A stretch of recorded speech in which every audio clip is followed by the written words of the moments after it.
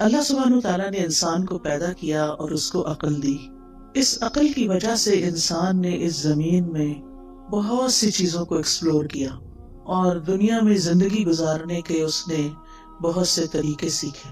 اس زندگی میں ہم بہت سے کام کرتے ہیں، بہت سی ہماری ضروریات ہیں، اور ان کو ہم پورا کرنے کے لیے طرح طرح کے طریقے آزماتے ہیں، اور ان میں جو بیسٹ پریکٹسز ہوتی ہیں ان کو اختیار کر لیتے ہیں. ہماری ضرورت ہے کھانا پینا، تو آپ دیکھیں کہ اس میں کتنی ورائٹی ہے اور کتنے طریقے ہیں. اور اب جو کہ دنیا سمٹ گئی ہے ٹیکنالوجی کی وجہ سے، تو لوگوں نے ایک دوسرے سے بھی بہت کچھ سیکھا، مشرق نے مغرب سے، مغرب نے مشرق سے. جس ملک میں بھی جائیں ہر طرح کے کھانے اویلیبل ہیں. اسی طرح لباس کے معاملے میں، اسی طرح ہاؤسنگ کے معاملے میں، یعنی بہت ساری چیزیں ہیں جو انسانوں نے اپنی عقل استعمال کر کے، اپنی صلاحیتوں کو استعمال کرتے، ترقی کرتے کرتے اپنی صرف ضروریات نہیں بلکہ اپنی خواہشات کو بھی پورا کرنے کے بہت سے طریقے نکال لیے ہیں. اسی طرح انسان کا لباس ہے، انسان کے باقی زندگی کے کام کاج ہیں.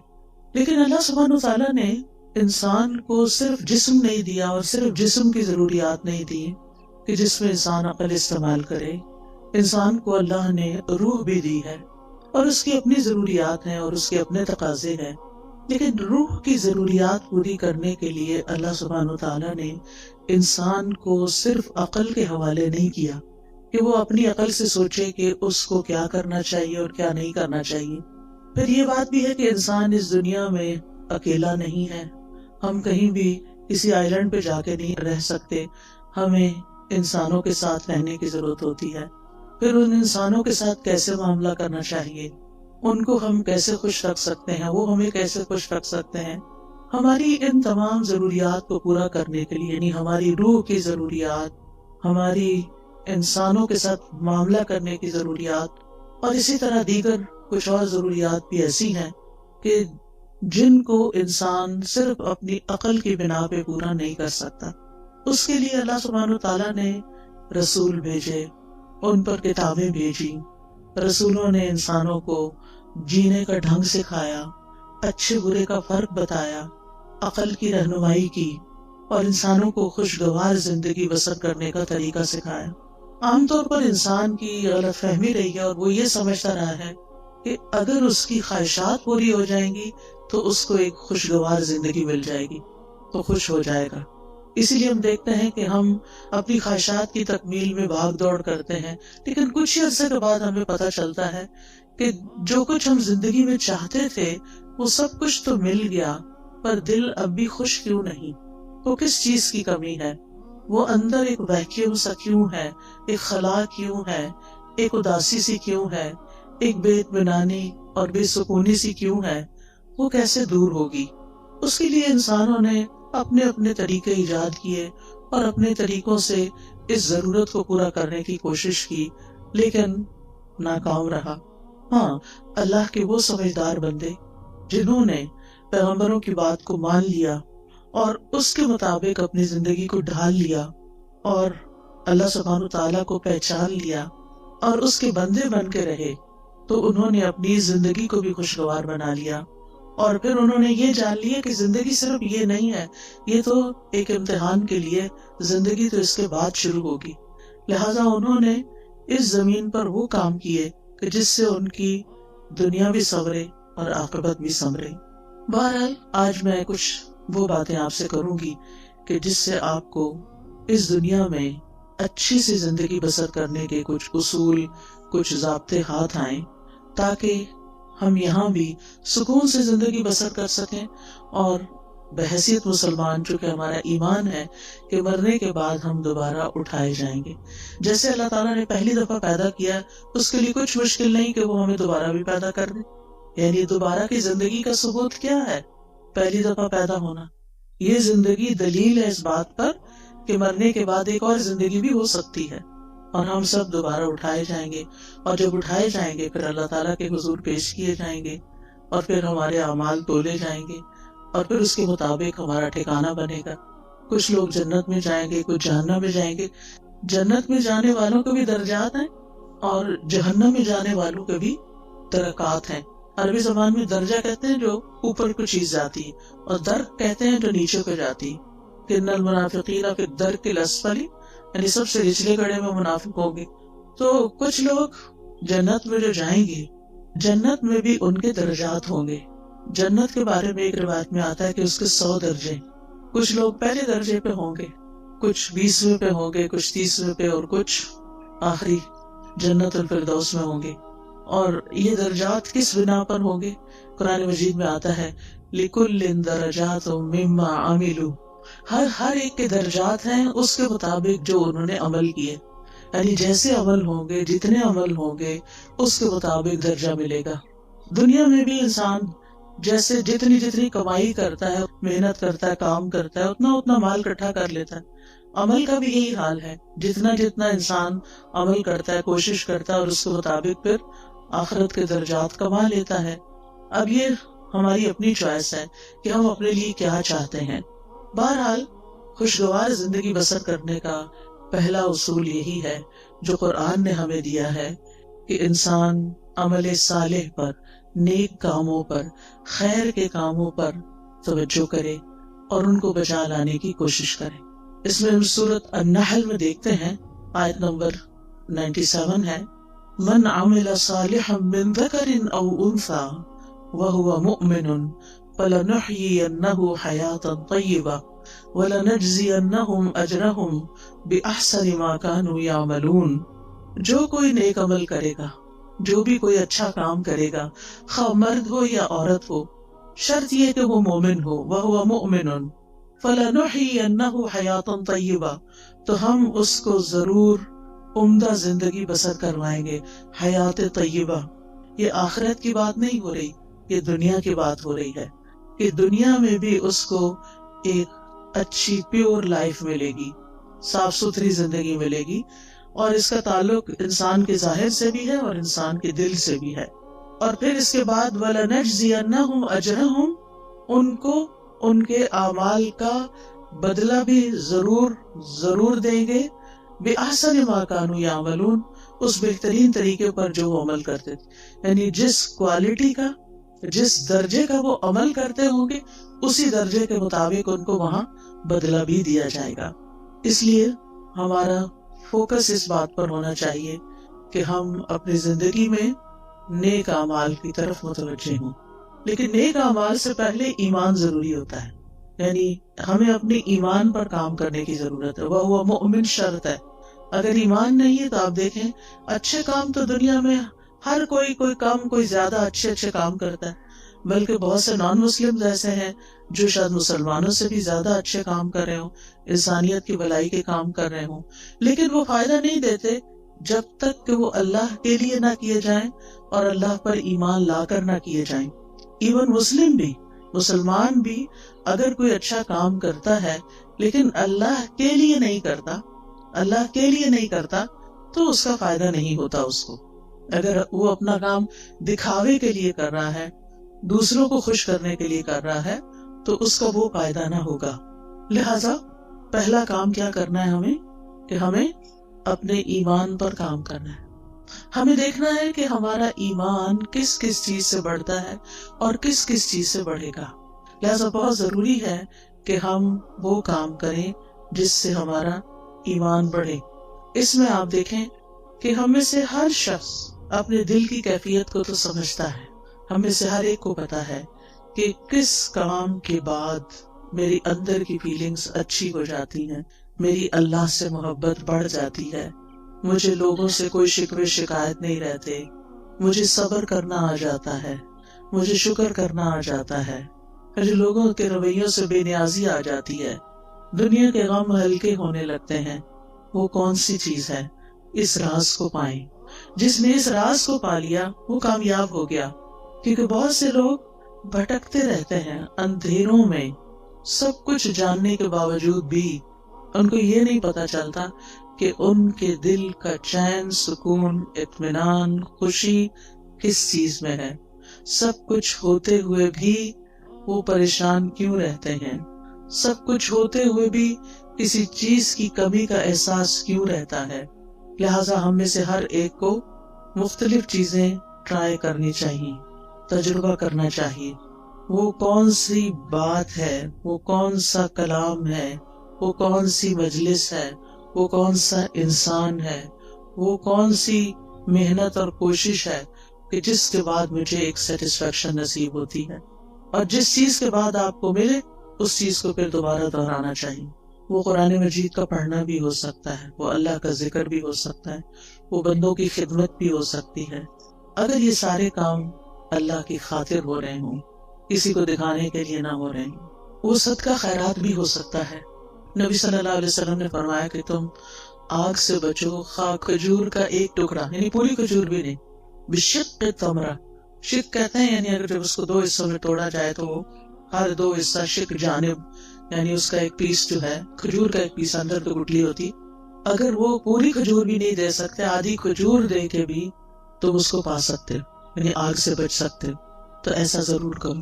کہنے کا مطلب یہ ہے کہ ہم اپنی زندگی میں صرف اپنی خواہشات کی تکمیل نہ کریں، صرف اپنی خواہشات کے پیچھے نہ دوڑتے رہیں، بلکہ ان کاموں کے پیچھے جائیں خواہ ان میں محنت لگتی ہو، خواہ ان میں تکلیف ہوتی ہو، خواہ ان میں کچھ قربانی کرنی پڑتی ہو، لیکن اس کے نتیجے میں ہمیں سکون قلب حاصل ہوتا. امام ابن تیمیہ نے کہا تھا کہ انسان کے لیے ایک جنت دنیا میں ہے اور ایک آخرت میں ہے. جو دنیا کی جنت میں داخل نہیں ہوا وہ آخرت کی جنت میں داخل نہیں ہو سکتا. وہ دنیا کی جنت کیا ہے؟ وہ دنیا کی جنت دل کا سکون ہے، دل کی راحت ہے، دل کی ٹھنڈک ہے، دل کا اطمینان ہے، دل کی خوشی ہے کہ جس سے انسان ہر طرح کے حالات میں ایک پرسکون انسان رہتا ہے.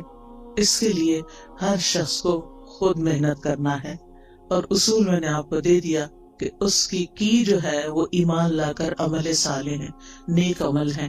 لیکن وہ نیک عمل کیا کیا ہے ان کا علم حاصل کرنا ضروری ہے کہ کون کون سے کام اللہ تعالیٰ کو پسند ہے. پھر اسی طرح آپ دیکھیے کہ دوسری چیز جو انسان کو خوشی دیتی ہے وہ انسانوں کے ساتھ احسان کا معاملہ ہے، چاہے زبان کے ساتھ چاہے کام کے ساتھ. یعنی جب آپ کسی کے ساتھ اچھا بول لیتے ہیں، صرف اس کے ساتھ نہیں جو آپ کے ساتھ اچھی طرح بات کرتا ہے، اس کے ساتھ بھی جو آپ سے اچھی طرح بات نہیں کرتا اور کبھی بھی نہیں کرتا.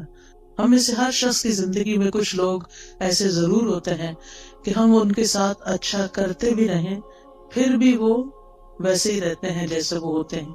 لیکن ایسی جگہ پر جب انسان اپنی سیٹسفیکشن کے لیے اچھا کرتا ہے تو مزہ نہیں آتا، لیکن جب اللہ کے لیے کرتا ہے تو اس کا دل خوش ہو جاتا ہے کہ میں نے وہاں نیکی کی، میں نے اس کے ساتھ نیکی کی جس سے مجھے کوئی جواب نہیں ملنا. لہذا قولوا للناس حسنا، لوگوں سے جب بھی بات کریں، چاہے آپ کے ملازم ہوں، چاہے آپ کے رشتہ دار ہوں، چاہے آپ کہیں کام کرتے ہیں تو آپ کے کولیگز ہوں، چاہے آپ کہیں پڑھاتے ہیں تو آپ کے شاگرد ہوں، کوئی بھی ہو، بڑوں کے ساتھ پھر بھی انسان عزت کا اور احترام کا ایک معاملہ کرتا ہے، لیکن عموماً اپنے جیسوں کے ساتھ پھر ویسا ہی کرتا ہے جیسے اس کے ساتھ کیا جا رہا ہوتا ہے، اور اس کو ہم جسٹیفائی بھی کرتے ہیں. ہم یہ کہتے ہیں وہ بھی تو کرتا ہے نا، وہ بھی تو ایسے ہی کرتا ہے، ایسے کو تیسا ہی ہونا چاہیے. یہ اصول ہم نے خود بنا لیا، ایسے کو تیسا. یہ قرآن سے ٹکراتا ہے. ایسے کو تیسا نہیں. جو برا کرے ہمیں کیا تعلیم دی گئی ہے کہ ہم اس کے ساتھ اچھا کریں.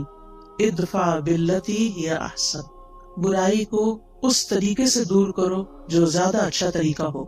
تو انسانوں کے ساتھ احسان بات کے ذریعے بھی، کوئی اچھی بات ان کو بتائیں، کوئی اچھا مشورہ دیں.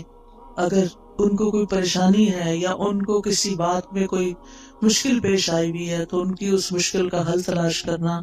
تو زبان کے ذریعے آپ کسی کو تسلی دے سکتے ہیں، کسی کا دل خوش کر سکتے ہیں، تو یہ احسان کا معاملہ ہے. اور دوسرا عمل کے ساتھ، کام کے ساتھ، جن لوگوں کے ساتھ ہمارا دن رات کا انٹریکشن ہوتا ہے ہمیں یہ معلوم ہوتا ہے کہ ان کی ضروریات کیا ہیں، ان کے وہ کون سے کام ہیں جو میں کر سکتی ہوں، میں کہاں ان کے کام آ سکتی ہوں. اور پھر جب آپ وہی کام کرتے ہیں تو آپ کو خاص خوشی نصیب ہوتی ہے.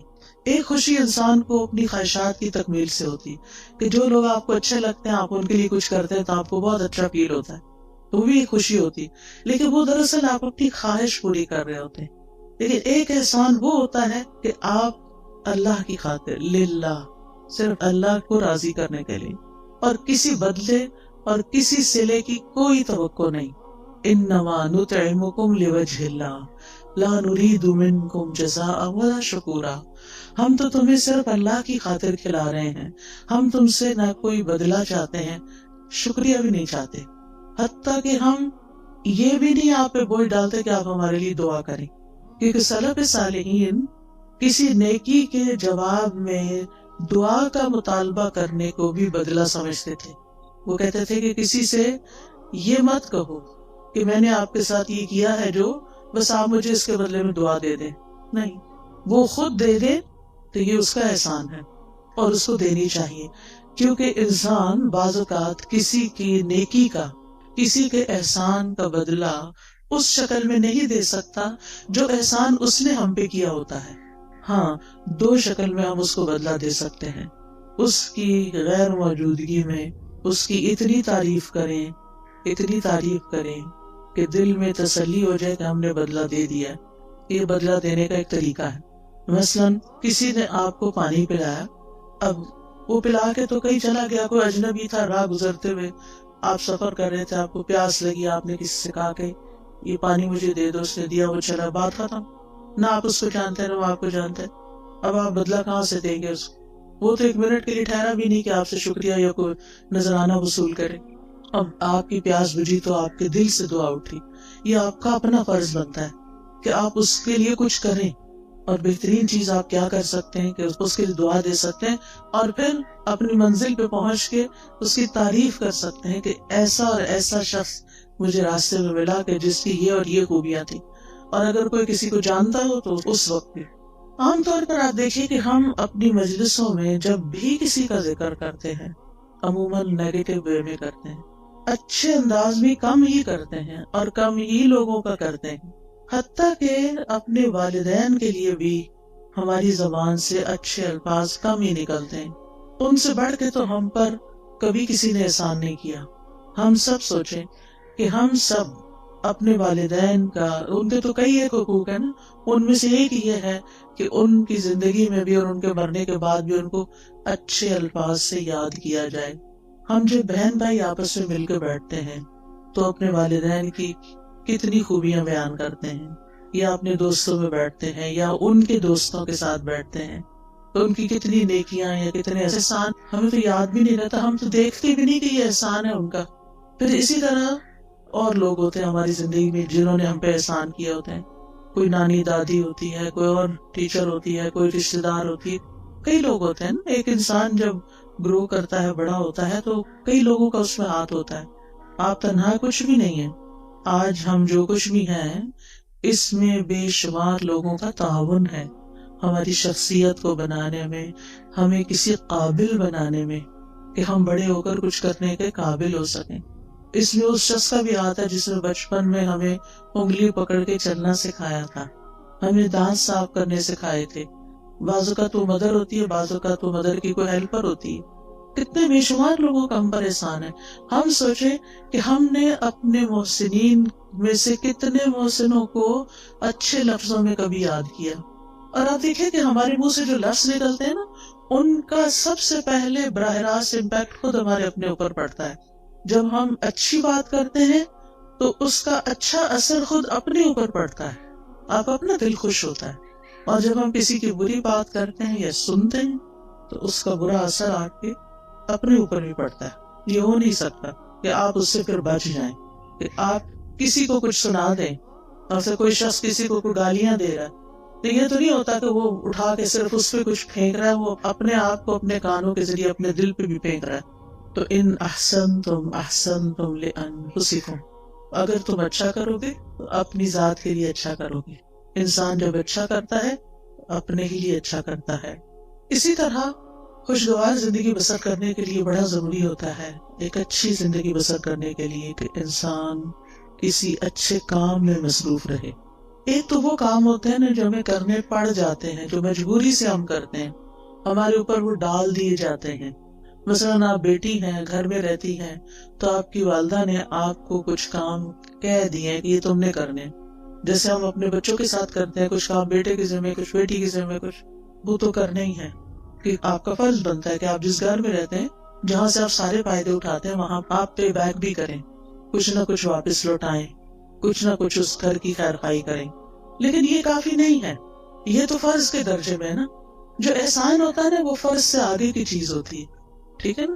مثلاً حدیث سے جبریل میں احسان کی تعریف کیا کی گئی ہے؟ ان تعبد اللہ کأنک تراہ. اب اس میں آپ دیکھیں دو حصے ہیں. ان تعبد اللہ ایک حصہ ہے جو ہم سب کرتے ہیں، کأنک تراہ دوسرا حصہ جو احسان کا درجہ ہے.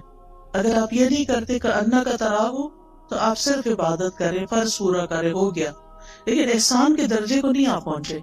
احسان کے درجے کو وہ پہنچتا ہے جو اسے خوبصورت انداز میں نبھاتا ہے.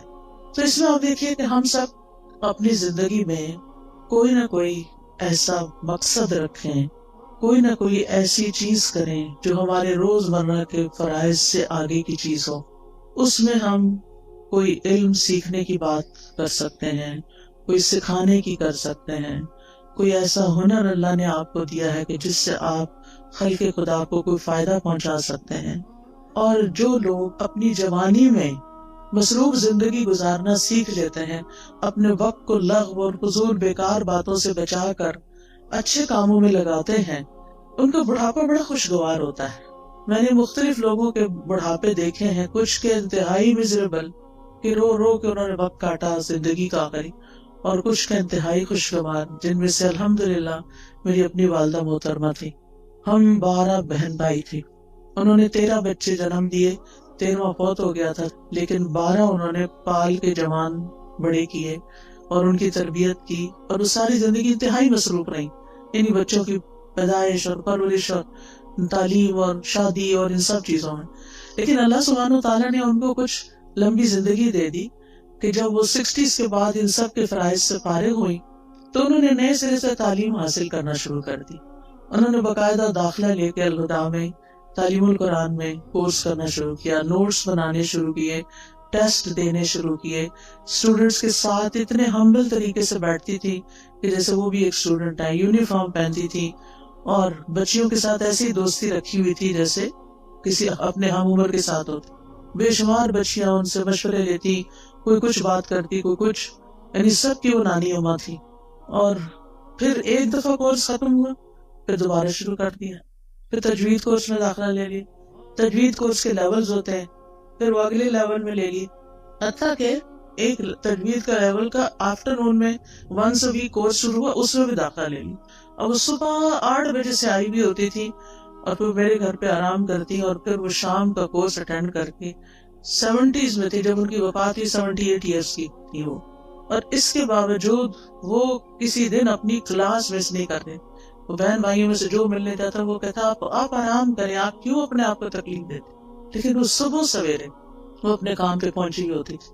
اور جس دن وہ بیمار ہوئی ہیں اس سے ایک دن پہلے بھی وہ اپنی کلاس میں آئی ہیں اور اپنا سارا دن وہاں پورا کیا ہے، اور شام کو کسی کو ملنے کے لیے بھی گئی ہیں، اور پھر اگلے دن صبح اٹھی ہیں تو ہم کو تکلیف شروع ہوئی ہے جس میں ان کی ڈیتھ 2-3 دن کے بعد ہو گئی.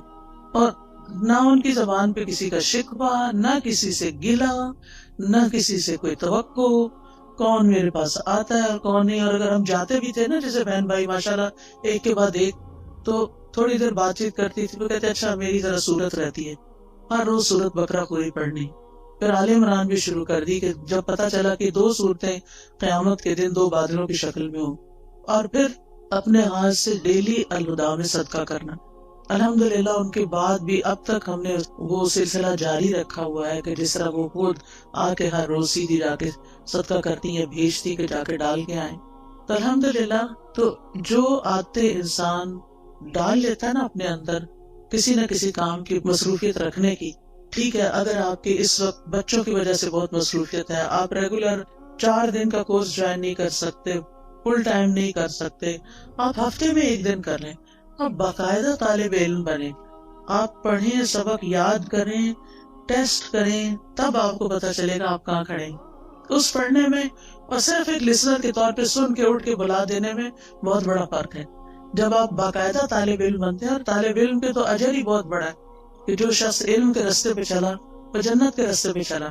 تو چاہے ہفتہ بار کلاس لیں، چاہے ڈیلی لیں، چاہے صبح کی لیں، چاہے شام کی لیں، چاہے رات کی لیں، چاہے آن لائن لیں، یعنی کوئی طریقہ اپنے لیے ضرور سوچیں. یا پھر اگر آپ نے سب کچھ کر لیا اور آپ ون سے بھی وہ کرتے ہیں اور پھر بھی ٹائم ہے تو خدمت خلق، سوشل ورک کا کوئی نہ کوئی کام ضرور کریں.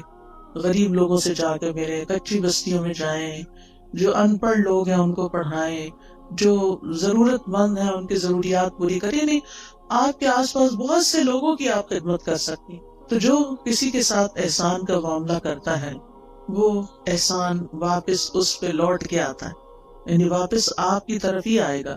دنیا میں بھی آپ کو فائدہ دے گا، آپ کی زندگی خوشگوار ہو جائے گی، آپ کے غم دور ہو جائیں گے، اور آخرت میں تو فائدہ دے گا ہی دے گا. مسلمان کو جب قبر میں دفن کیا جاتا ہے، اور قبر کی تنہائی تو آپ کو پتا ہے کوئی بھی ساتھ نہیں جاتا، اس وقت صرف عمل ساتھ جاتے ہیں. تو نماز اس کے سرانے کی طرف آ جاتی ہے، صدقہ خیرات اس کے، زکوٰۃ دائیں طرف آ جاتی ہے، روزہ بائیں طرف، اور صدقہ خیرات اور دیگر نیکیاں پاؤں کی طرف. لہٰذا کوئی بھی عذاب کسی طرف سے بھی آنے کا راستہ نہیں رہتا، اور وہ یہ چیزیں اس کو پروٹیکٹ کرتی ہیں. لیکن اگر ان میں ہی کمی ہو اور وہی ناقص ہو، پروٹیکشن والی بھی کو، تو پھر کون بچانے آئے گا؟ وہاں تو رونا دھونا بھی کام نہیں آئے گا. لوگ مزے سے اپنے بستروں میں سوئے ہیں، اور قبر کا عذاب سہنے والا اندھیری کوٹڑی میں اکیلے مصیبت میں پڑا ہوا ہے، جس کا کوئی فریادی نہیں ہے، کوئی پوچھنے والا نہیں. تو ابھی ہمارے پاس ٹائم ہے، ابھی ہماری زندگی ہے، کیوں نہ ہم ایسے کام کریں کہ اس دنیا میں بھی جئیں تو اطمینان کے ساتھ جئیں، اور آگے بھی اطمینان کے ساتھ رہیں. پھر اسی طرح آپ دیکھیں کہ ایک اور چیز کا آپ خیال رکھیں کہ ماضی میں جو کچھ ہو چکا اس پر غمگین نہ رہا کریں، ریگریٹس نہ کیا کریں، بہت بس توبہ کر لیا کریں. جو ہو چکا سو ہو چکا، اب وہ ہاتھ سے نکل چکا ہے. اب ہمارا معاملہ اللہ تعالیٰ کے ساتھ ہے، اور وہ غفور الرحیم ہے، رحمان الرحیم ہے. لہٰذا اس سے ہم اچھا حسن ظن رکھتے ہیں کہ وہ ہمیں معاف کر دے گا. لہٰذا جتنی بھی غلطیاں جو جانتے ہیں اور جو نہیں جانتے، ان سب پر ہم توبہ کرتے رہیں، استغفار کرتے رہیں، لیکن غم نہ کریں. کیونکہ بعضوں کے شیطان انسان کو غمگین رکھتا ہے. وہ کیا چاہتا ہے کہ انسان اسی طرح الجھتا رہے اپنے غموں میں اور کچھ نہ کرے. تو آپ نے اس کے پھندے میں نہیں آنا. اس لیے کہنا کہ میرا معاملہ اللہ کے حوالے ہے، مجھے اپنے رب سے اچھی امید ہے. اور حدیث میں ہمیں کیا تسلی دی گئی ہے کہ اللہ اپنے بندے کے ساتھ کیسا معاملہ کرتا ہے، جیسا وہ اس کے بارے میں گمان کرتا ہے. اسی طرح مستقبل کا ہم غم فکر بھی نہ کیا کریں. میں ہمیشہ سوچتی ہوں جس رب نے اب تک پالا ہے، اب تک سنبھالا ہے، آگے بھی وہی رب ہے. جس چیز کے بارے میں بھی فکر آنے لگتی ہے تو میں اپنے مائنڈ کے اندر اس چیز کو ایسے ریپ کرتی ہوں، اور پھر میں کہتی ہوں اللہ تعالیٰ یہ آپ کے حوالے. جیسے موسیٰ علیہ السلام کی والدہ نے موسیٰ علیہ السلام کو ریپ کیا اور باسکٹ میں ڈالا اور دریا کی نظر کیا اور کہا یہ آپ کے حوالے. ایسے ہی امیجنیشن میں جو چیز بچوں کے بارے میں فکر ہے تو ان کو بھی اسی طرح ریپ کر کے اللہ کے حوالے کر دیا. میں باقاعدہ بولتی ہوں یہ لفظ، اللہ آپ نے موسیٰ علیہ السلام کی جیسے حفاظت کی تھی ایسی میرے بچے کی آپ حفاظت کریں. یوسف علیہ السلام کا جو ماحول تھا سارا وہ کیسا تھا؟ مصر میں کسی اسلامی ماحول میں تھے، کسی اسلامی اسکول میں جا رہے تھے، یا کسی اسلامی درسگاہ میں تھے، یا کسی مسجد میں بیٹھے رہتے تھے. وہاں تو مسجد نام کی کوئی چیز نہیں تھی، وہاں تو کچھ نہیں تھا ان کے پاس. ہر طرف برائی کے مواقع تھے. کس نے حفاظت کی؟ اللہ نے حفاظت کی. ہر وقت بچوں کے لیے پریشان نہ رہا کریں. آپ کہا کریں کہ اللہ میں نے ان کو تیرے حوالے کیا، آپ نے یوسف علیہ السلام کی حفاظت کی تھی، آپ میرے بچے کے ایمان اور دین کی بھی حفاظت کریں، اور اللہ کرے گا. تو جس چیز کے بارے میں آپ فکر کرتے ہیں نا اس کے لیے اپنی تدبیر ضرور کریں، کوشش کریں، محنت کریں. لیکن ہر چیز ہمارے ہاتھ میں نہیں ہے، اللہ کے ہاتھ میں ہے. اور اللہ کا جب اذن ہوتا ہے تو وہ چیز ہو جاتی ہے. انما امرہ اذا اراد شیئا ان یقول لہ کن فیکون. تو اس طرح اپنے بوجھوں سے آزاد ہوں تاکہ آپ شرح صدر کے ساتھ حال میں اس وقت جو کام کر رہے ہیں اس پہ فوکس کریں. مثلا میں اگر اس وقت پڑھا رہی ہوں، کچھ سکھا رہی ہوں، اور میں غم لگا کے بیٹھی بھی ہوں کسی اور چیز کا، تو وہ کوالٹی نہیں دے سکتی. آپ اگر یہاں بیٹھے ہوئے اور سوچ رہے ہیں کوئی گھر میں مسئلے کا، تو آپ کا آدھا دل ادھر ہے آدھا ادھر ہے، آپ ڈیوائیڈڈ ہیں، آپ انجوائے نہیں کر سکتے. اس وقت آپ سب کچھ چھوڑ کے آئے ہیں، ریلیکس ہو جائیں، سکون سے بیٹھیں، اطمینان سے سنیں، اپنے لیے کچھ پک کریں، یاد رکھیں، ساتھ لے کے جائیں اور اس کے مطابق زندگی بسر کریں تاکہ یہاں آنے کا کچھ فائدہ ہو آپ کو.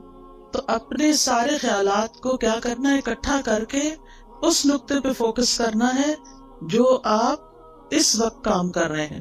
پھر ایک اور چیز جو دلوں کو بڑا اطمینان دیتی ہے اور وہ ہے اللہ کا ذکر. اٹھتے بیٹھتے چلتے پھرتے ہر موقع کا ہمیں ذکر سکھا دیا گیا. آپ سیڑھی چڑھ رہے ہیں تو آپ اللہ اکبر کہیں، آپ اتر رہے ہیں تو سبحان اللہ کہیں، آپ کہیں انٹر ہو رہے ہیں تو بسم اللہ پڑھیں، آپ کہیں سے نکل رہے ہیں تو دعا پڑھ لیں، آپ گاڑی میں بیٹھے ہیں تو دعا پڑھ لیں، آپ گھر میں داخل ہوئے تو پڑھ لیں، آپ گھر سے نکل رہے ہیں تو پڑھ رہے ہیں، کھانا کھانے لگی تو آپ پڑھ لیں، کھانا کھا چکے ہیں تو دعا پڑھ لیں، آپ سونے لگے ہیں تو دعا پڑھ لیں، کوئی آ گیا ہے تو سلام دعا میں دعائیں ہیں. یعنی کون سی چیز ایسی ہے جس کے بارے میں ہمارے دین نے ہمیں رہنمائی نہیں دی اور ہمیں دعائیں نہیں سکھائی؟ ہمیں پتہ نہ ہو تو وہ الگ بات ہے. لہٰذا کثرت سے اللہ کا ذکر.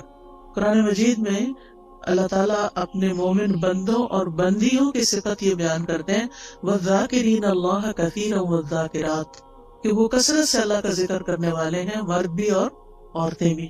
اور اس کے علاوہ فارغ اوقات میں ڈرائیو کر رہے ہیں، آپ گھر کے کام کاج کر رہے ہیں، کھانا پکا رہے ہیں، لانڈری کر رہے ہیں، کلیننگ کر رہے ہیں، کچھ بھی کر رہے ہیں، آپ کی زبان اللہ کے ذکر سے تر رہے.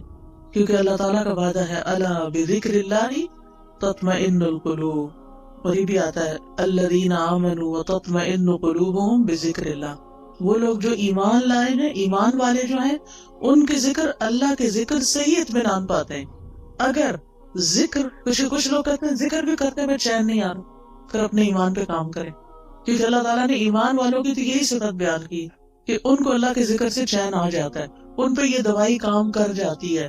اور اگر آپ پر یہ دوائی کام نہیں کر رہی تو پھر دوائی کا قصور نہیں ہے، کچھ مشکل آپ کے اندر ہے. کیونکہ ذکر تیر بہدف نسخہ ہے. تیر بہدف کا مطلب ہوتا ہے نشانے پہ جا کے لگتا ہے. جس قسم کی آپ کو تکلیف ہو اس کا علاج ہے. پھر اسی طرح اپنی روزمرہ کی گفتگو میں اللہ کی نعمتوں کا ذکر شروع کر دیں، اللہ کی نعمتوں کو دیکھنا شروع کریں، چھوٹی چھوٹی باتوں پر شکر ادا کریں. مثلاً آپ واش روم میں جاتے ہیں، ٹیپ کھولتے ہیں، گرم پانی آتا ہے، صرف ہاتھ دھو کے وضو کر کے نہا کے باہر نہ نکلیں، بلکہ کیا کریں، دل ہی دل میں، ادھر اللہ کا ذکر تو نہیں ہم نے کرنا ہوتا واش روم میں کھڑے ہو کر، دل ہی دل میں کریں شکر ہے. شکر لفظ شکر منہ سے نکالتے جائیں، شکر کا لفظ بولنا تو واش روم میں منع نہیں. شکر ہے، شکر ہے، شکر ہے.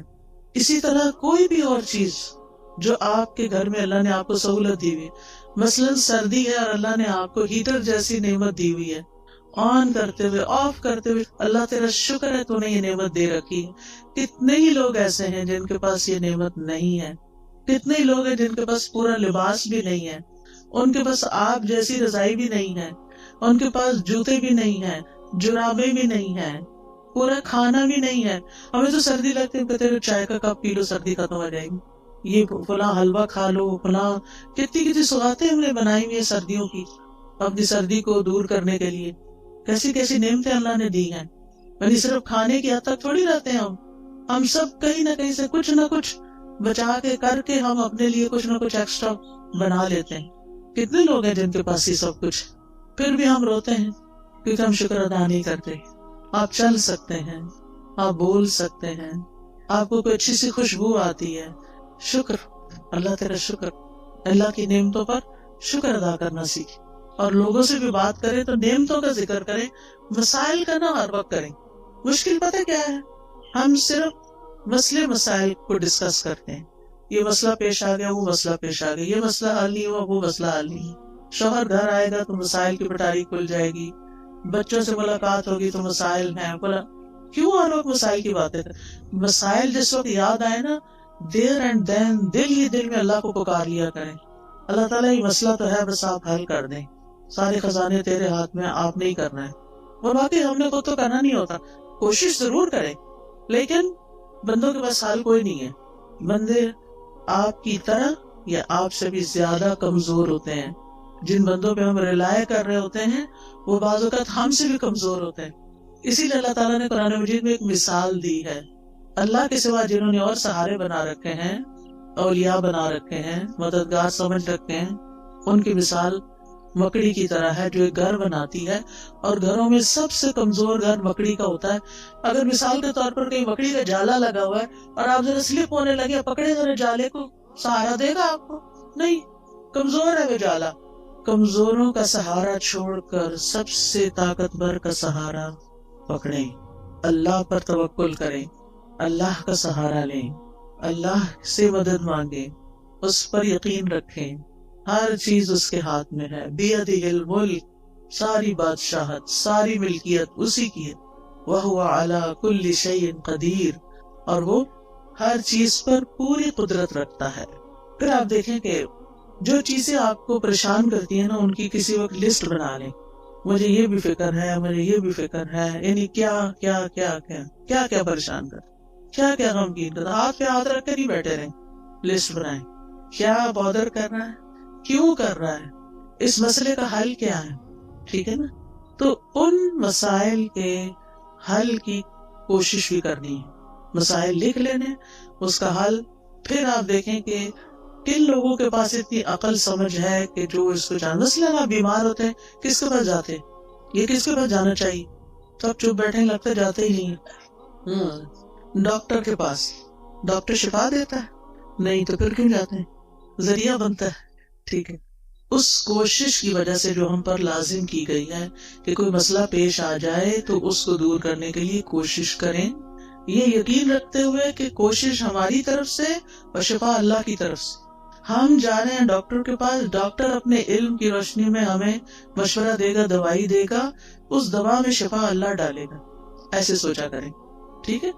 گیزر خراب ہو جائے تو کس کے پاس جاتے ہیں؟ پلمبر کے پاس. اسی طرح جس قسم کا کوئی مسئلہ پیش آتا ہے زندگی میں، اس کا حل کس کو اللہ نے سکھایا، کون ہو سکتا ہے، بس اس کے پاس جائیں. ہر ایک کے سامنے. یہ نہیں کہ دوست کا فون آیا تو اس کو کہانی سنا، آج گیزر خراب ہو گیا تھا، پھر ٹھنڈا پانی تھا، پھر یہ ہو گیا. وہ کتنا وقت اپنا بھی ضائع کر اس کو بھی بیزار کیا. وہ کیا کر سکتی ہے اپنے گھر میں بیٹھی ہوئی آپ کے گیزر کے لیے؟ ہاں، یہ ہو سکتا ہے. آپ کو نہیں پتا کسی اچھے پلمبر یا کسی اچھے کام کرنے والے، آپ اسے یہ کہہ سکتی آج یہ مسئلہ پیش آیا ہے، تمہارے علم میں کوئی ہے جو یہ مسئلہ حل کر سکے؟ اگر ہے تو ٹھیک، ورنہ آگے چلو، کوئی اور بات کرو. ہم عقل کا ثبوت نہیں تھا. ہر بات ہر ایک سے نہیں کرنی ہوتی. ہم سمجھتے ہیں جو سامنے آ گیا، جو مل گیا، اس کو ہم اپنی کہانی سنا دیں گے تو مسئلہ حل ہو جائے گا. ایسا نہیں ہوتا مسئلہ حل. پھر اگر وہ حل نہیں کرتا، یہ ہم اگر اسے غلط توقع، غلطی ہماری، غلط توقع ہم نے رکھی، پھر اگر مسئلہ حل نہیں ہوا تو پھر ہمیں اس سے شکوہ ہو جاتا ہے، پھر ہم اس سے ناراض ہو جاتے ہیں. اس نے تو میرے لیے کچھ کیا ہی نہیں. بھئی وہ بیچارہ کر ہی نہیں سکتا تھا، غلطی تو آپ کی کہ آپ نے اس کو پکڑا. ٹھیک ہے.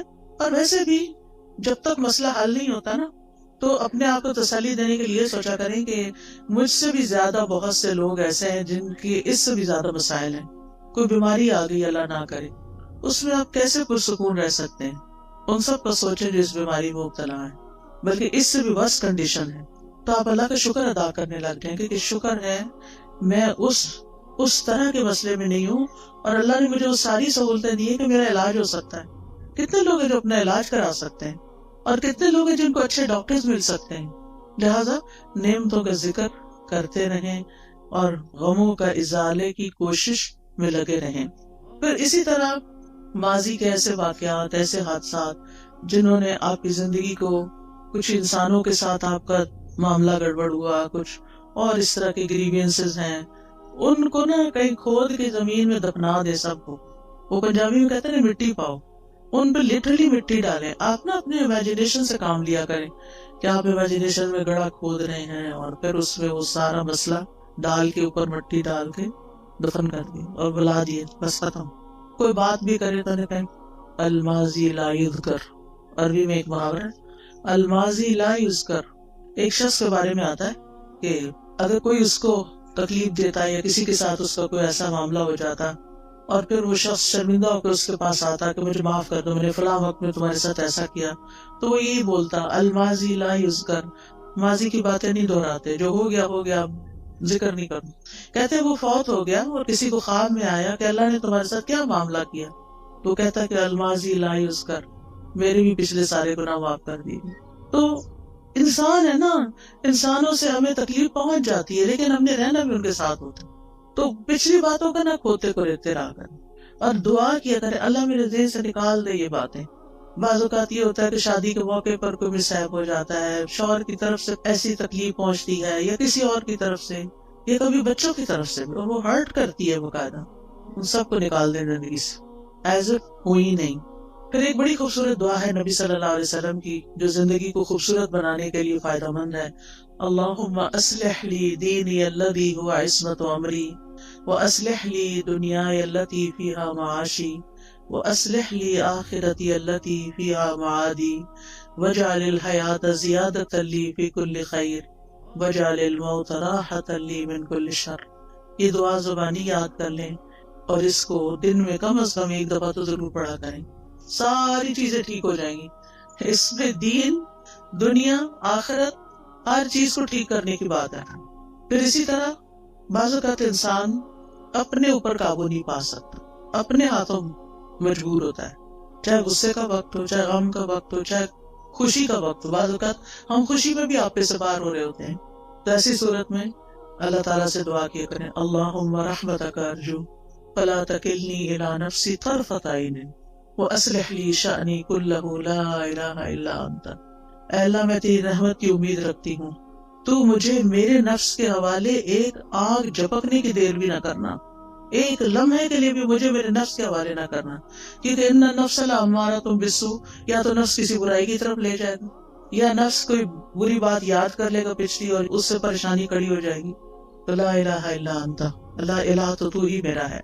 تو انشاءاللہ یہ دعائیں دل کو مضبوط کرتی ہیں، اور پھر جب دل مضبوط ہو جاتا ہے تو اللہ پہ توکل بڑھ جاتا ہے، اور جو اللہ پہ توکل کرتا ہے اللہ اس سے کافی ہو جاتا ہے. وَمَن يَتَوَكَّلْ عَلَى اللَّهِ فَهُوَ حَسْبُهُ، جو اللہ پہ توکل کرتا ہے اللہ اس کا کام بنا دیتا ہے. پھر اسی طرح یہ ہے کہ اپنی زندگی میں اچھے لوگوں کے حالات زندگی پڑھا کریں، صحابہ کے بارے میں، صحابیات کے بارے میں، نبی صلی اللہ علیہ وسلم کی سیرت، قصص القرآن، کیسے ان لوگوں نے صبر کیا، کیسے زندگیاں گزاری، نیک لوگوں کے حالات، علماء کے حالات، محدثین کے، مفسرین کے، فقہاء کے، جنہوں نے کچھ کام کیے زندگی میں. آپ کو اس سے بہت خوشی ملے گی. ایسی کتابیں ہیں. جب میں یہاں پڑھتی تھی تو بہت لائبریریاں تھیں. دیال سنگھ لائبریری تھی، آئی ڈونٹ نو ابھی ہے یا نہیں. پھر اسی طرح یہ کلب روڈ پہ لائبریری تھی، میں اس میں بھی جایا کرتی تھی، مال پہ جو کلب روڈ پہ لائبریری. پھر اسی طرح یونیورسٹیز کی لائبریری، کالجز کی لائبریریز اور جگہوں پہ لائبریری. تو آپ ایسی کتابیں لا کے بھی پڑھ کے واپس کر سکتے ہیں، ورنہ ہی کہ اب تو نیٹ پہ ہر چیز اویلیبل.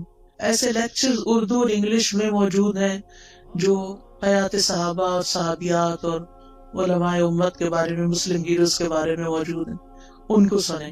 اس سے یہ ہے کہ آپ کی زندگی صراط مستقیم پہ آئے گی، کیونکہ ہم ہر روز کہتے ہیں اہدنا الصراط المستقیم صراط الذین انعمت علیہم غیر المغضوب علیہم ولا الضالین.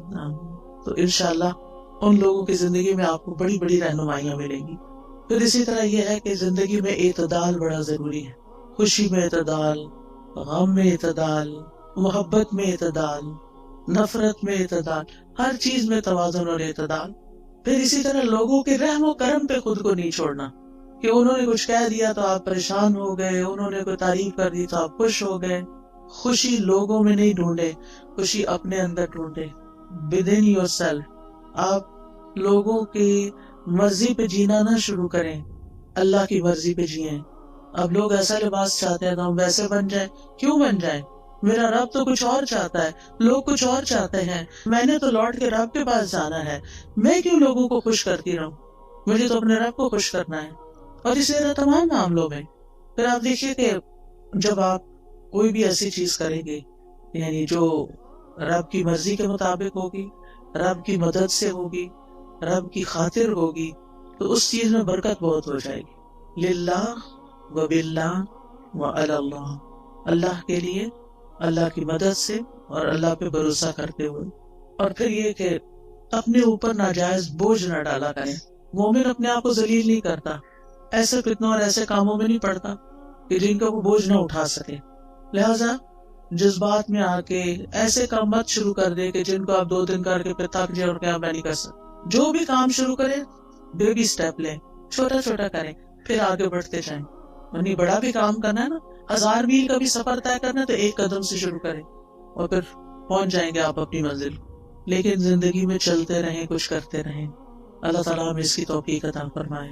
وآخر دعوانا ان الحمدللہ رب العالمین. تو آپ میں سے اگر کوئی کچھ بات کرنا چاہتا ہے تو یو آر موسٹ ویلکم. السلام علیکم استاد جی. وعلیکم السلام. میں پوچھنا چاہتی ہوں کہ آپ جو دعائیں ہمیں بتاتی ہیں, سکھاتی ہیں, تو یہ ہمیں کہاں سے ملیں گی؟ ہم یاد کرنا چاہتے ہیں. جی 2 چیزیں ہیں. اچھا سوال کیا آپ نے, سب کا بھلا ہو جائے گا. مجھے نہیں معلوم یہاں کوئی اسٹال لگا ہوا یا نہیں, لیکن قرآنی اور مسنون دعائیں جو ہیں اور ایاک نستعین, اس کے اندر یہ دعائیں ہیں. اسی طرح اگر آپ کے پاس آئی فون یا اینڈرائڈ ہے تو اس میں ایپ ہے دعائیں کے نام سے. آپ اگر الہدیٰ انٹرنیشنل ٹائپ کریں نا سرچ میں جا کے, جہاں سے ایپس نکلتی ہیں, تو وہاں الہدیٰ انٹرنیشنل ٹائپ کریں تو وہاں جتنی بھی ایپس ہم نے بنائی ہیں وہ ساری آ جائیں گی. اس میں قرآنی اور مسنون دعاؤں کی ایپ الگ بھی آ جائے گی, سونے جاگنے کی بھی آ جائے گی, اور ایک دعائیں کے نام سے ساری دعاؤں کو اکٹھا کر دیا گیا, وہ بھی آ جائے گی. وہ آپ ڈاؤن لوڈ کر لیں اپنے فون پر, اور جب آپ کا دل چاہے اس کو مارک کر لیں, بک مارک لگا لیں اور اپنی دعائیں پڑھتے رہیں. ٹھیک, اس میں فیوریٹ کا نشان بھی لگا سکتے ہیں. دعائیں تو بے شمار ہیں, جو مجھے ملی سب ڈلواتی گئی.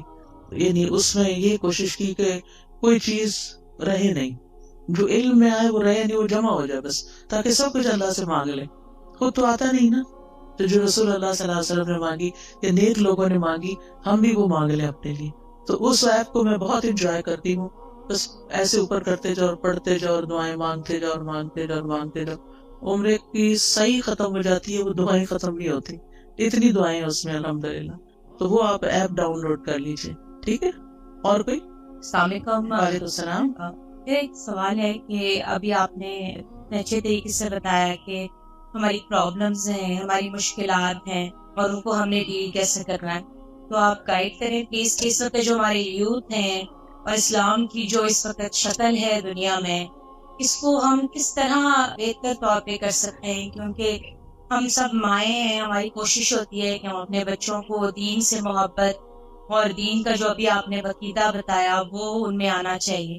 تو تھوڑا سا گائیڈ کریں پلیز, ہم کس طرح اپنے بچوں کو اس فتنوں آپ دیکھیں کہ بچوں کی تربیت کے لیے بہت ساری چیزیں ہیں, بہت سے میرے لیکچرز بھی اس پہ ہیں, لیکن ایک چیز یاد رکھیے, جو ان سے کروانا ہے وہ خود نمونہ پیش کریں.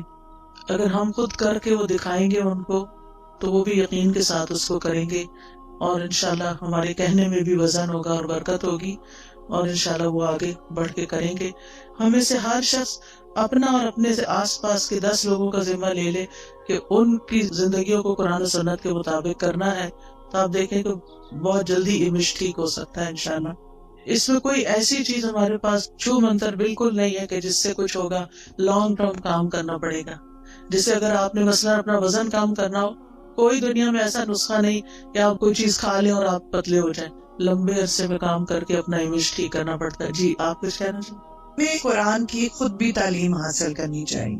آپ کے آس پاس جو ہے اتنا اچھا سینٹر بنا ہوا ہے, تو اپنی زندگی کا کچھ وقت نکالیں اور یہاں سے آ کے سیکھیں, تاکہ آپ کو اندازہ ہو کہ قرآن آپ کو اپنے بچوں کی تربیت کے کون سے اصول سکھاتا ہے, تاکہ آپ وہ امپلیمنٹ کریں. تو اس کے لیے پہلے علم کا ہونا ضروری ہے. تو یہ پاس ہی آپ کا سینٹر ہے, اس میں ضرور بالکل کوئی آ کے پراپر اس کا انٹروڈکشن کروا دے, کہاں پر ہے. جی السلام علیکم ورحمۃ اللہ وبرکاتہ. جی یہ ہمارا جو سینٹر بنا ہوا ہے, اس میں آفٹر نون بچوں کی کلاسز ہو رہی ہیں, پورے 5 دن ہو رہی ہیں. تو ہم نے فری پک اینڈ ڈراپ بھی دیا ہوا ہے, تو اس میں آپ بچوں کو لائیں. بچے الحمدللہ سیکھ رہے ہیں, تو آپ بچوں کو ادھر کروائیں. تو اس لیے یہ سامنے جو 408 ای بلاک, تو آپ بچوں کو بھیجیں تو بچے انشاءاللہ سیکھیں گے. آپ لوگ خود بھی آئیں, عورتوں کے لیے بھی کورسز ہیں, بچیوں کے لیے بھی ہیں, اور شام کو جو ہے وہ بچوں کی کلاسز ہو رہی ہیں. تو یہ سوسائٹی سے بہت لوگ آ رہے ہیں, یہ کماہا سے آ رہے ہیں, جٹول سے آ رہے ہیں. تو آپ بچوں کو ادھر لائیں تو بچے انشاءاللہ سیکھیں گے. السلام علیکم. کسی کو اور تو نہیں کچھ کہنا؟ السلام علیکم. جی وعلیکم السلام. میں آپ سے بات کرنا چاہتی ہوں کہ آپ سسٹم کی بات کریں. اللہ تعالیٰ قرآن پاک میں حاکم سے مخاطب ہے, تو سسٹم کی بات نہیں آپ کرتی ہیں, آپ قرآن کی ساری باتیں. جی آپ صحیح کہتی ہیں. اللہ تعالیٰ نے قرآن مجید میں یا ایھا الذین آمنوا کہا ہے. بہت دفعہ ایمان والوں کو ہی خطاب کیا ہے, جس میں صرف حاکم نہیں ہوتے, سبھی ہوتے ہیں. اور جو کوئی بھی سسٹم بنتا ہے نا وہ انسان بناتے ہیں. اگر یعنی سسٹم کسی بلڈنگ کا نام نہیں، سسٹم کسی دیوار کا نام نہیں، کسی مشین کا نام نہیں. سسٹم بنا بھی لیے جائیں تو ان کو امپلیمنٹ انسان کریں گے. کیا ہمارا ملک اسلام کے نام پر نہیں لیا گیا؟ کیا ہمارے ملک کا آئین اسلامی نہیں ہے؟ کیا ہمارے ملک میں بہت سے قوانین اسلامی نہیں ہیں؟ لیکن جتنے ہیں، میں نہیں کہتی سارے، لیکن جتنے ہیں وہ بھی کیوں نہیں امپلیمنٹ ہو رہے؟ کیونکہ ایسے افراد نہیں ہیں. ہم سب کو افراد کی تیاری کی کوشش کرنی چاہیے، خود بھی صحیح ہوں اور افراد کو بھی تیار کریں تاکہ وہ سسٹم کو چلائیں. ٹھیک ہے؟ اور کوئی؟ السلام علیکم. وعلیکم السلام. میں اور میری بچی آپ کا بہت فین ہے. آج مجھے بڑی خوشی ہو رہی ہے، میں نے آپ کو دیکھا ہے بائی فیس. جی بات یہ ہے کہ ہم لوگ جب نماز پڑھتے ہیں تو مجھے یہ اکثر کنفیوژن ہوتی ہے کہ میں کئی دفعہ باقاعدہ بیٹھ کے میں دعا نہیں کر سکتی. اکثر ایسا ہوتا ہے. تو یہ ہاتھ باندھ کے دعا کرنا یہ بھی ایک بہت ثواب کا کام ہے. مجھے اکثر ایسے کام ہوتے ہیں کہ مجھے چلنا پھرنا پڑ جاتا ہے. تو اس میں کوئی مجھے فرق تو نہیں پڑتا کیونکہ اللہ تعالیٰ کہتا ہے چلتے لیٹتے اٹھتے بیٹھتے آپ دعا کر سکتے. جی کر سکتے ہیں. تو نماز کے بعد کی اسپیشلی جو دعائیں، نماز کے بعد جو شخص مصلی پہ بیٹھ کے دعا کرتا ہے اس کا فائدہ بہت ہے. اللہ تعالیٰ فرشتہ مقرر کر دیتے ہیں جو اس بندے کے لیے جو مصلی پہ بیٹھ کے دعائیں کر رہا ہو یا ذکر کر رہا ہو اس کو دعائیں دیتے ہیں. اللہم اغفر لہ، اللہم ارحمہ، اللہ اس کی بخشش فرما، اس پہ رحم فرما. لہٰذا اگر آپ نیچے نہیں بیٹھ سکتے آپ کرسی پہ وہیں بیٹھ جائیں. ٹھیک ہے؟ لیکن بیٹھ کے کریں، الا یہ کہ آپ کا کوئی ایسا کام ہے آپ کو جلدی اٹھنا ہے، بچوں کا ناشتہ بنانا ہے، کوئی اور کام کرنا ہے، تو پھر دعائیں نہ چھوڑیں، ساتھ ساتھ بھی کر لیں. افضل یہ ہے کہ بیٹھ کے کریں. السلام علیکم استاذہ. وعلیکم السلام.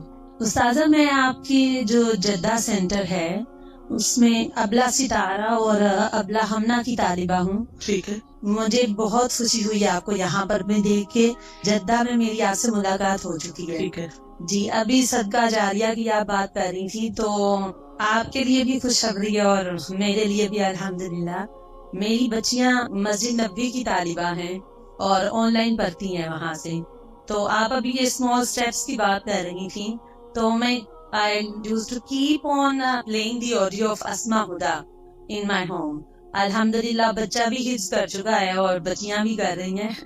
تو جب یہ ان کو سنا رہی تھی وہاں کی ابلا کو مسجد نبوی کی اینڈ شی آسکڈ کہ آپ نے اسما ہدا کا سنا ہوا ہے تو مجھے اتنی خوشی ہوئی. آپ بھی ماں ہیں الحمدللہ، آپ کو بھی ان کی بشارت دنیا میں بھی اللہ تعالیٰ اچھے کام ان سے بھی دے. اور میری بچی کی بھی آواز سن کے انہوں نے پک کیا کہ یہ وہاں سے پڑھ کے آئی ہیں کہیں. الحمدللہ. جی بس یہ چھوٹے چھوٹے سے اسٹیپس اگر ہم آئے لیں گی تو بالکل کچھ نہ نہیں. ہم جی بعض اوقات یہ سوچتے ہیں ہمارے پاس ریسورسز نہیں. الحمدللہ ہم ایسے دور میں پیدا ہوئے ہیں کہ ہمارے پاس آن لائن بہت سے ریسورسز موجود ہیں. کوئی بھی نہیں تو بھی ہم تنہا نہیں، بہت کچھ ہے ہم جس سے فائدہ اٹھا سکتے ہیں. السلام علیکم. وعلیکم السلام. ساتھ مجھے کوشچن کرنا ہے، جیسے آج کل بچوں کے ہم لوگ ریلیشنز کے لیے کوششیں کر رہے ہیں. بچوں کی چوائسیز ہوتی ہیں، بعض دفعہ فیملی پریشر ہوتا ہے کہ نہیں یہاں آپ کریں. تو اس میں ہم لوگ کو کیا کرنا چاہیے؟ بعض دفعہ ہوتا ہے ان کی چوائس میں ہم نکاح وغیرہ بھی کر دیتے ہیں، ہوتا ہے کہ چلو جائز طریقے سے آپ ایک دوسرے سے ریلیشن قائم رکھیں. بٹ گرلس کے جو ہوتے ہیں، لڑکیوں کے پیرنٹس وہ پسند نہیں کرتے کہ بچہ بچی زیادہ آپس میں ملے. اور اس میں پھر وہی ہوتا ہے کہ پرابلمز ہو گئی، کچھ بھی ہو گیا اور بچہ کی تھوڑے عرصے بعد پتہ چلتا ہے چوائس بدل گئی نکاح کے باوجود کہ جی مجھے یہاں نہیں کرنا، مجھے یہاں کرنا ہے. اس طرح کے ماحول کو کیسے بچوں کو ٹیکل کریں؟ اصل بات یہ ہے نا کہ دین سے دوری کی وجہ سے بہت سارے مسائل ہیں. اللہ کا تقوی نہیں ہے، اللہ کا خوف نہیں ہے، زندگی کو فن بنایا ہوا ہے. اللہ تعالیٰ سمجھ دے. بس جزاکم اللہ خیرن. چونکہ اب میں اس سے زیادہ آگے گئی تو آپ کی نماز لیٹ ہو جائے گی، آپ کو گھر پہنچ کے مغرب وقت پر پڑھنی چاہیے کیونکہ ان الصلاۃ کانت علی المؤمنین کتابا موقوتا، نماز مومنوں پر وقت کی پابندی کے ساتھ فرض کی گئی ہے، تو اس کا اہتمام کیجیے.